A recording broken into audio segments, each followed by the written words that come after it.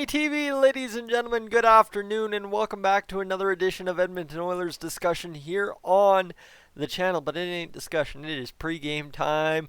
Yes, you know what, I didn't end up getting a pregame out for game one because literally how could you pregame that game, because we knew nothing. We didn't know who was starting, we didn't know what the lineups officially looked like, we didn't have a clue what the Edmonton Oilers were going to do or roll out in game one. And then they rolled out that poor, terrible effort that we all have spent the past 48 hours very critical of, very upset with, and now we are getting prepared, finally making that shift from being upset about game one to the shift about getting ready for game two. And Dave Tippett just spoke moments ago, and ladies and gentlemen, I can confirm all of your concerns have been put to bed. Mikko Koskinen will start for the Edmonton Oilers this evening, 8:30 against the Chicago Blackhawks in Game 2. Good? Good. All right. So with that in mind, let's go focus on winning a hockey game. Goaltending, via everybody's concern, solved. Now, offense, defense.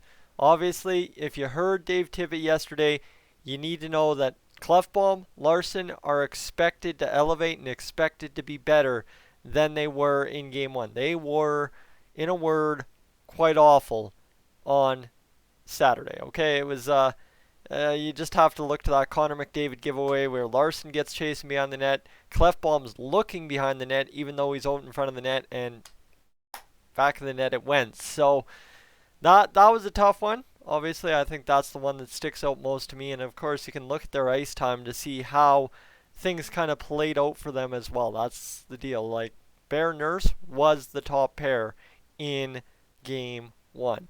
And for the Oilers to go deep in the playoffs, you can't have Bear and Nurse be the top pair.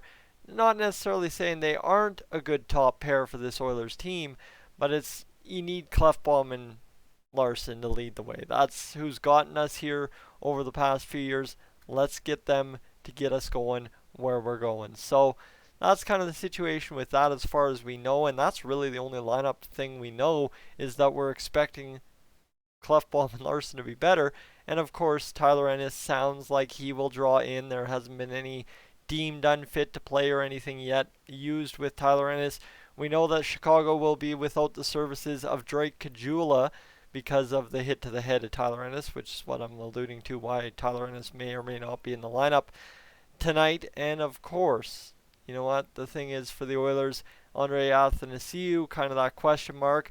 Dave Tippett did talk about him a little bit in his newser today, saying, you know what, it was a lost in the shuffle kind of thing. The power plays, the penalty kills, killed his ice time, so you probably expect to see Athanasiou in there. He said Athanasiou was pretty okay or all right, or he used something that wasn't bad, I should say. Do I remember the exact word? No, I don't, and that's my bad. I apologize. However, right, as you get it, is Athanasiou more than likely to stay in the lineup as well. Now, the interesting part here for the Oilers, I think that we have to get to, and I think the reason you tuned in is there's a referee that will be refereeing us tonight. Let me just go skip over to Jason Greger's tweet and let me see if this jogs your memory, because the only reason I mention referees before a playoff game is because it has an impact on some Oilers history in the most recent playoff run. You may remember Game 7 against the Anaheim Ducks.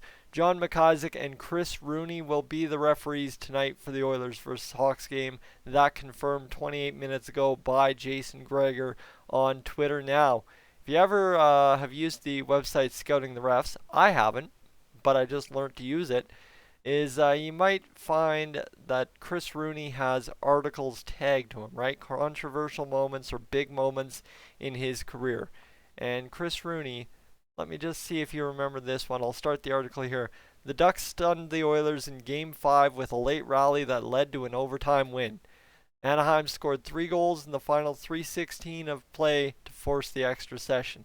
While Corey Perry's double overtime game winner ended the night, it was Rickard Rakell's game-tying goal with 15.6 to play that frustrated the Oilers.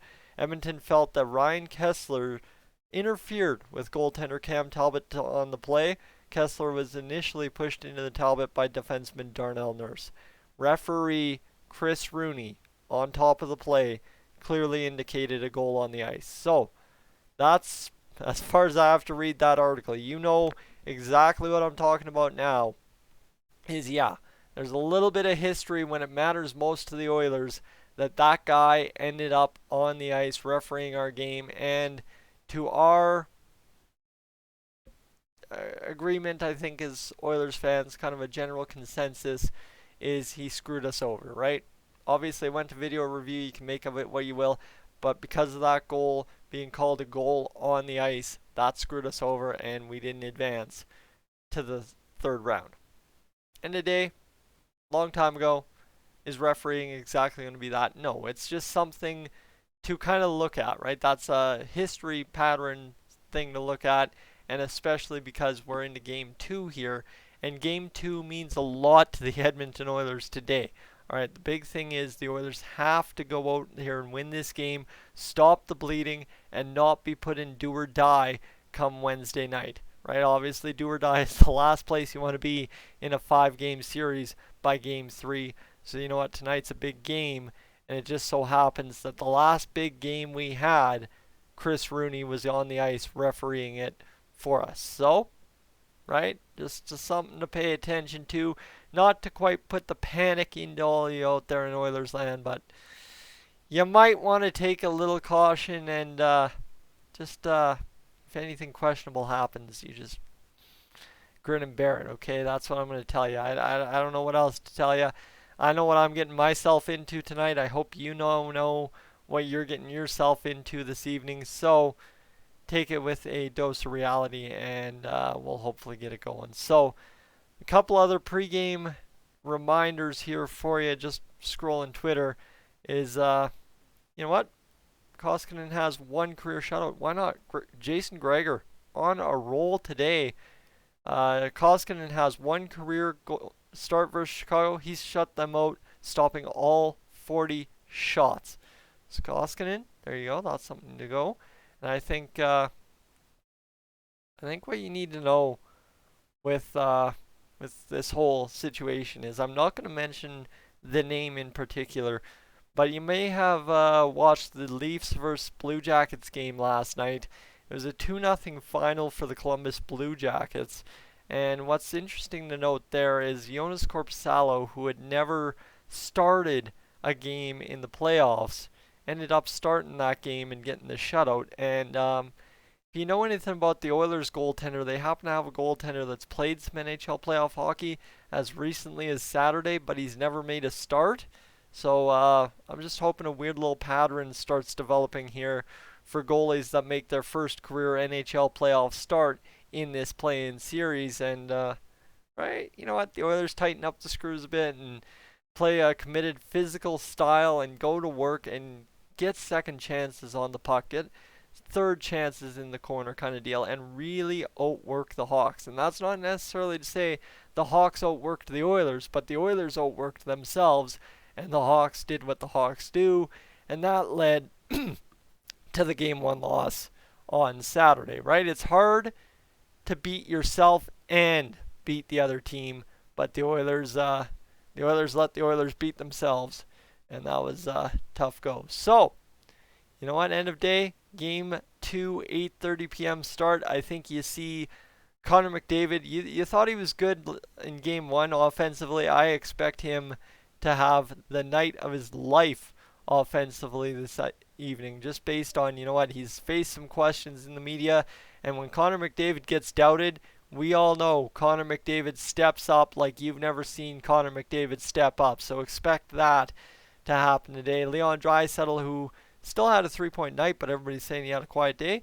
Expect Leon Draisaitl to be good, and I'd expect, as much as we know Ennis is back in the lineup, I would expect full-heartedly Drimoto Hopkins, the dynamite line, whatever you want to call them, are back together tonight to drive the play, take the load off Connor McDavid. Maybe that's the thing. Take the expectation off Connor McDavid offensively so that he can play a better two-way game and create more offensively. Because, ladies and gentlemen, I'm sorry, anytime you see Connor McDavid below the dots in his own defensive zone, good things tend to happen. When he's floating like he was in Game 1, we had problems. And that is, of course, why I called it Connor McDavid's worst game ever. Turnovers, floating around, disinterested in the physical battle in the defensive zone. And now, of course, he's faced questions in the media. So if you didn't think the Oilers have a third or fourth gear to get through that game one and now into game two to really get this victory, you're about to be shocked, hopefully. Guys, I'm Tyson. I don't know what's going on with my voice here. It has been way too long of a weekend already. I'm going to catch you a little bit later on this afternoon in case any news develops, but I'll see you in the game for the live stream this afternoon or this evening. I'm up on out of here.